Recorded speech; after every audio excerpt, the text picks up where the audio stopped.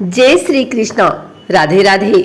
आइए सुनते हैं 2 अक्टूबर गांधी जयंती पर गांधी जी के जीवन से प्रेरणादायक कहानियाँ। सभी उम्र के लोग इसे सुन सकते हैं। रात बहुत अंधेरी थी और मोहन डरा हुआ था। वह हमेशा भूतों से डरता था। जब भी वह अंधेरे में अकेला होता तो उसे डर लगता कि किसी अंधेरे कोने में छिपा कोई भूत अचानक उस पर आ जाएगा। और आज रात इतना अंधेरा था कि अपना हाथ भी मुश्किल से दिखाई दे रहा था। मोहन को एक कमरे से दूसरे कमरे में जाना पड़ता था। जैसे ही वह कमरे से बाहर निकला, उसके पैर आगे की ओर मुड़ने लगे और उसका दिल ढोल की तरह धड़कने लगा। दरवाजे पर उनकी बूढ़ी नौकरानी रंभा खड़ी थी। क्या बात है बेटा? उसने हंसते हुए पूछा। मुझे डर लग रहा है दाई, मोहन ने उत्तर दिया। डर गया बच्चा? किस बात से डर गया? देखो कितना अंधेरा है, मुझे भूतों से डर लगता है, मोहन भयभीत स्वर में फुसफुसाया। रंभा ने प्यार से उसके सिर पर हाथ फेरा और कहा, किसने सुना है कि किसी को अंधेरे से डर लगता है? मेरी बात सुनो, राम के बारे में सोचो और कोई भी भूत तुम्हारे पास आने की हिम्मत नहीं करेगा। कोई भी तुम्हारे सिर के बाल को भी नहीं छुएगा। राम तुम्हारी रक्षा करेंगे। रंभा की बातों से मोहन को हिम्मत मिली।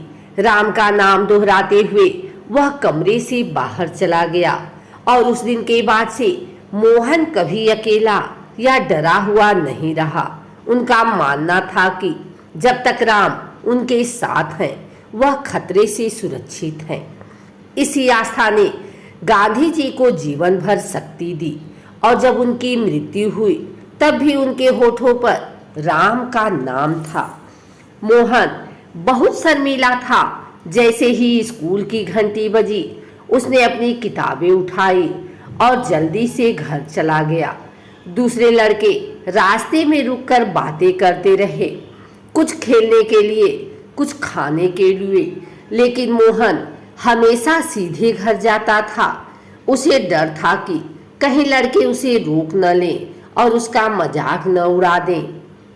एक दिन school inspector mister Giles Mohan के स्कूल आए। उन्होंने कक्षा में 5 अंग्रेजी शब्द पढ़कर सुनाए और लड़कों से उन्हें लिखने को कहा। मोहन ने 4 शब्द तो सही लिखे, लेकिन वह 5वें शब्द केटल की वर्तनी नहीं लिख सका।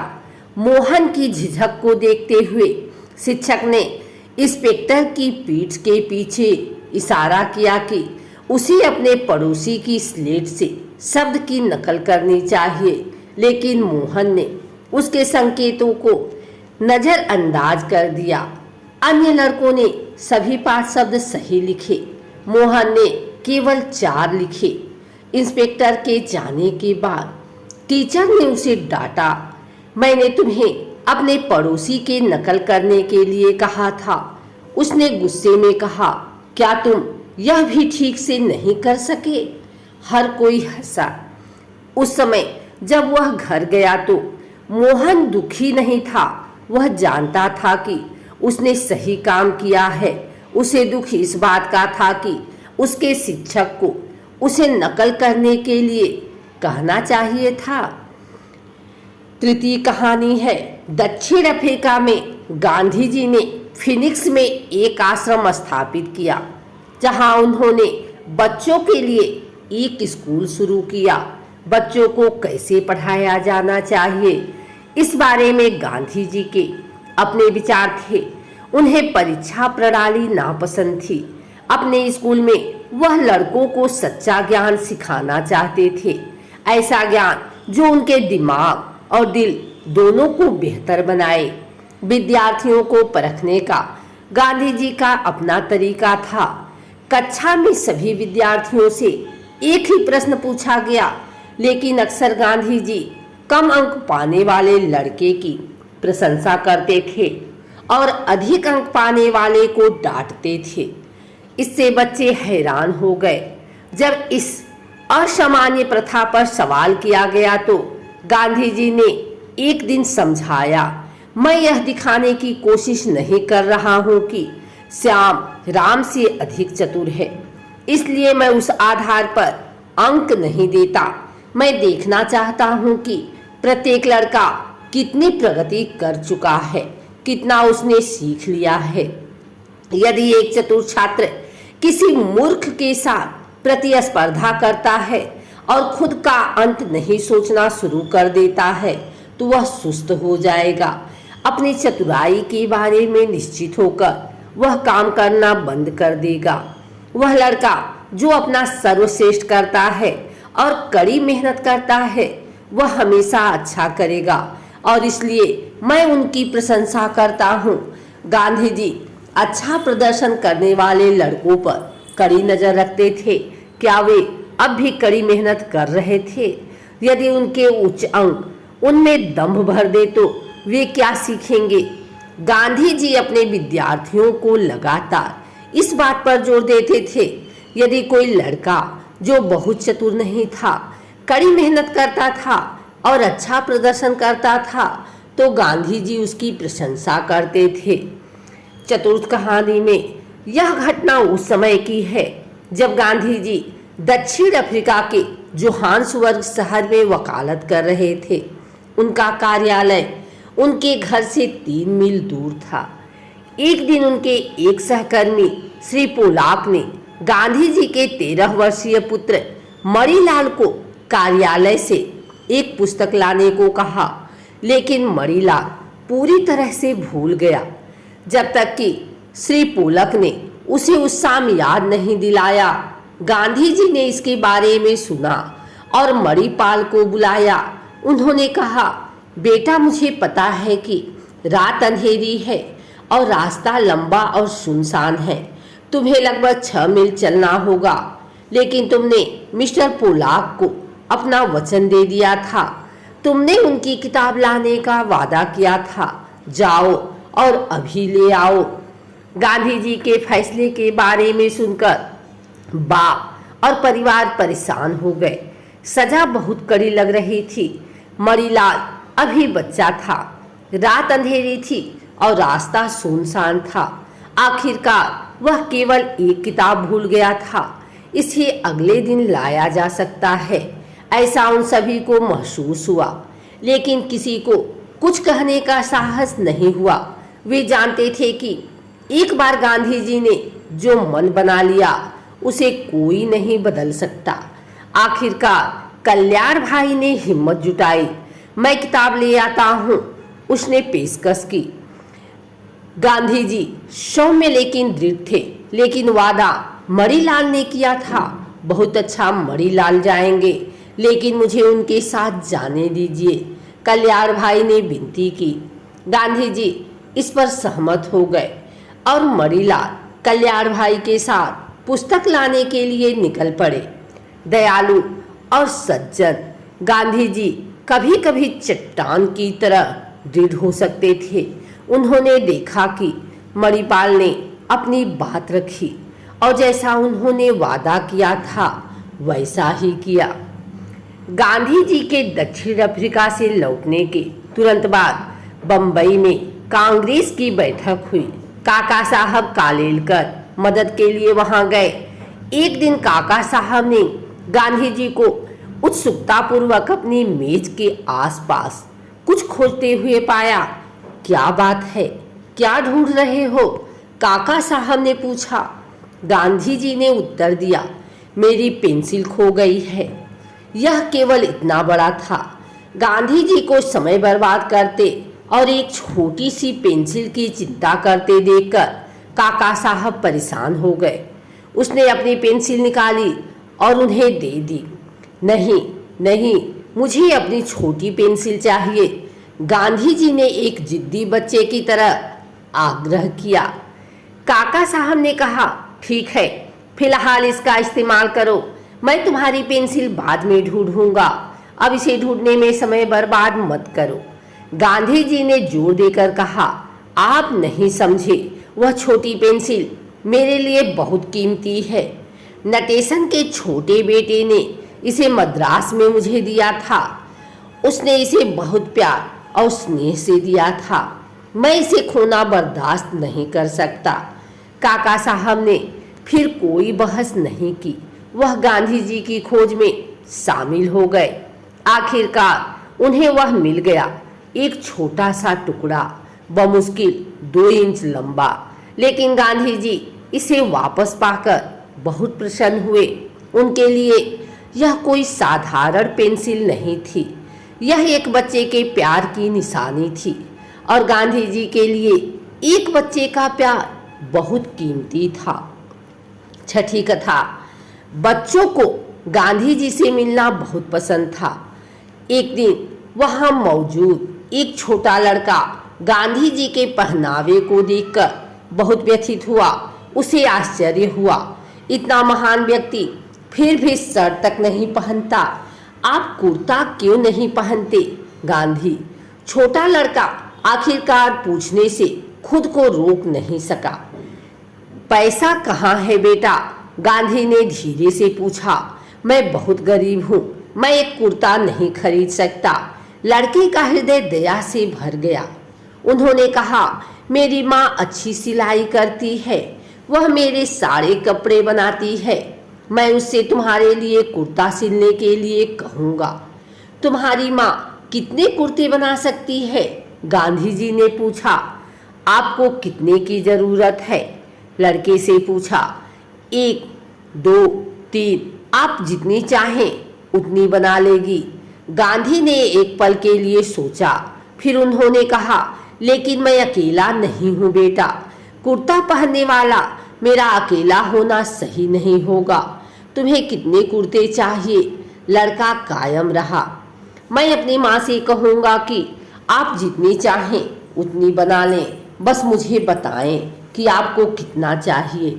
गांधी जी ने समझाया, बेटा मेरा परिवार बहुत बड़ा है, मेरे 40 करोड़ भाई बहन हैं। जब तक उनमें से हर एक के पास कुर्ता नहीं है, मैं एक कैसे पहन सकता हूँ? मुझे बताओ, क्या तुम्हारी माँ उन सभी के लिए कुर्ता बना सकती है? इस प्रश्न पर लड़का बहुत सोच में पड़ गया। 40 करोड़ भाइयों और बहनों, गांधी जी सही थे। जब तक उनमें से प्रत्येक के पास पहनने के लिए एक कुर्ता नहीं था, वह स्वयं कैसे पहन सकते थे? आखिरकार पूरा देश गांधी जी का परिवार था और वे उस परिवार के मुखिया थे। वह उनका मित्र था, उनका साथी था। एक कुर्ता उसके क्या काम आएगा? 7वीं कहानी। एक दिन गांधी और वल्लभ भाई पटेल यरवदा जेल में बात कर रहे थे। जब गांधी ने टिप्पणी की, कभी कभी मरा हुआ सांप भी काम आ सकता है, और उन्होंने अपनी बात स्पष्ट करने के लिए निम्नलिखित कहानी सुनाई। एक बार एक बुढ़िया के घर में सांप घुस गया। वृद्धा डर गई और मदद के लिए चिल्लाने लगी। उसकी आवाज सुनकर पड़ोसी दौड़े और सांप को मार डाला। फिर वे अपने घर लौट आए। वृद्ध महिला ने मरे हुए सांप को दूर फेंकने की बजाय उसे अपने छत पर फेंक दिया। कुछ देर बाद ऊपर उड़ रही एक पतंग ने मरे हुए सांप को देखा। पतंग की चोंच में मोतियों का हार था जो वह कहीं से उठा लाई थी।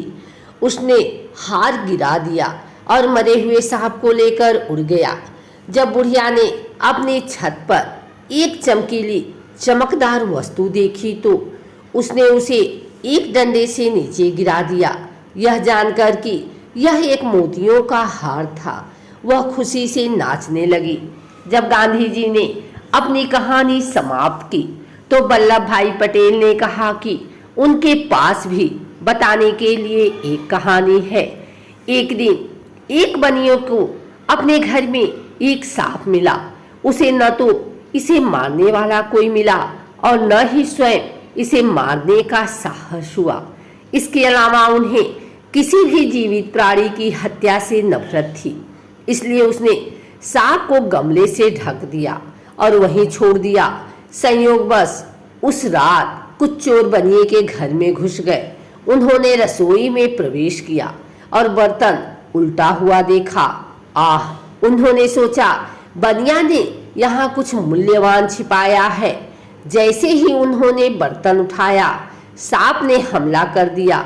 चोरी करने के उद्देश्य से आए हुए वे बमुश्किल अपनी जान बचाकर निकल गए। गांधी जी शहर शहर गांव गांव घूमकर चरखा संघ के लिए धन इकट्ठा करते थे। अपने एक दौरे के दौरान उन्होंने उड़ीसा में एक सभा को संबोधित किया। उनके भाषण के बाद एक गरीब वृद्ध महिला उठी। वह उम्र के साथ झुकी हुई थी। उसके बाल सफेद हो गए थे और उसके कपड़े फटे हुए थे। स्वयंसेवकों ने उसे रोकने की कोशिश की, लेकिन वह लड़ते लड़ते उस स्थान पर पहुंच गई जहां गांधी जी बैठे थे। मुझे उनसे अवश्य मिलना चाहिए, उसने आग्रह किया और गांधी जी के पास जाकर उनके पैर छुए। फिर उसने अपनी साड़ी की तह से एक तांबे का सिक्का निकाला और उनके चरणों में रख दिया। गांधी जी ने तांबे का सिक्का उठाया और सावधानी से रख दिया। चरखा संघ का कोष जमनालाल बजाज के अधीन था। उन्होंने गांधी जी से सिक्का मांगा, लेकिन गांधी जी ने इनकार कर दिया। जमनालाल बजाज ने हंसते हुए कहा, मैं चरखा संघ के लिए हजारों रुपए का चेक रखता हूँ, फिर भी आप तांबे के सिक्के के मामले में मुझ पर भरोसा नहीं करेंगे। गांधी ने कहा, यह तांबे का सिक्का उन हजारों सिक्कों से कहीं अधिक मूल्यवान है। अगर किसी आदमी के पास कई लाख है और वह 1 या 2 हजार दे देता है तो इसका कोई मतलब नहीं है, लेकिन यह सिक्का शायद उस गरीब महिला के पास था। उसने मुझे वह सब दे दिया जो उसके पास था। यह उसकी बहुत उदारता थी। क्या उसने बहुत बड़ा बलिदान दिया? इसीलिए मैं इस तांबे के सिक्के का मूल्य 1 करोड़ रुपए से भी अधिक रखता हूँ। यह घटना नोवाखाली में घटी। हिंदू मुस्लिम दंगों के बाद लोगों को आश्वस्त करने और सांत्वना देने के लिए गांधी जी ने पैदल ही इलाके का दौरा किया। वह सुबह होते ही एक गांव से निकल जाते थे और सूर्यास्त के बाद अगले गांव में पहुंच जाते थे। आगमन पर वह पहले अपना काम निपटाते, फिर स्नान करते। गांधी जी ने अपने पैरों को साफ करने के लिए एक खुरदरे पत्थर का इस्तेमाल किया। मीराबेन ने यह पत्थर उन्हें कई साल पहले दिया था और गांधी जी ने तब से इसे संभाल कर रखा था। वह इसे हर जगह अपने साथ ले जाते थे। एक शाम जब वे एक गांव में पहुंचे और मनु गांधी के स्नान की तैयारी कर रही थी, तो उसने देखा कि पत्थर गायब था।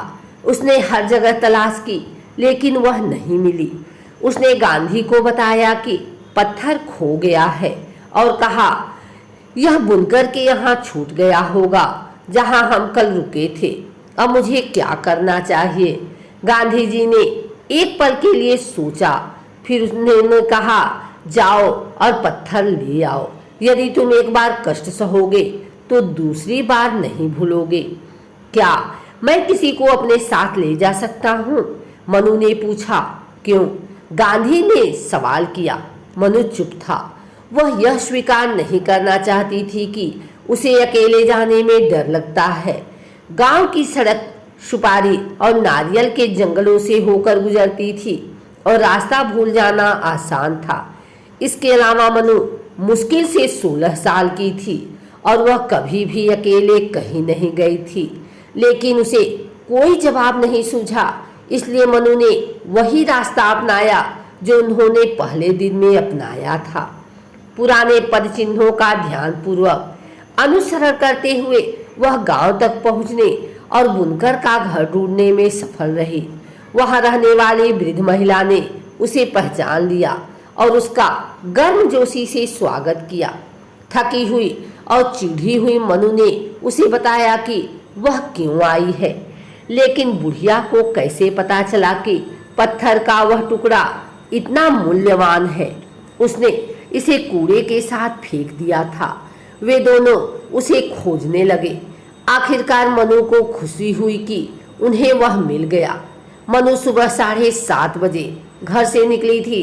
जब वह लौटी तो दोपहर का 1 बज चुका था।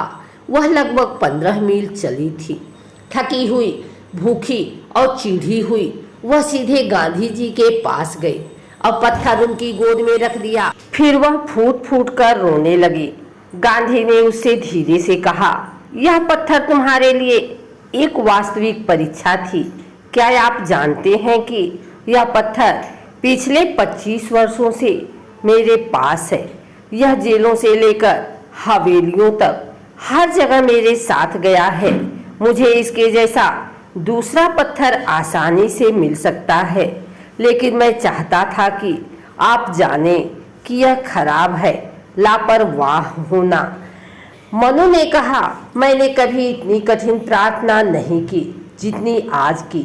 गांधी ने कहा, मैं महिलाओं को बहादुर और निडर बनाना चाहता हूँ। आज तुम्हें ही नहीं, मुझे भी सबक मिला। मनु ने कुछ नहीं कहा, लेकिन उसने सोचा होगा कि गांधी के तरीके बहुत असामान्य थे।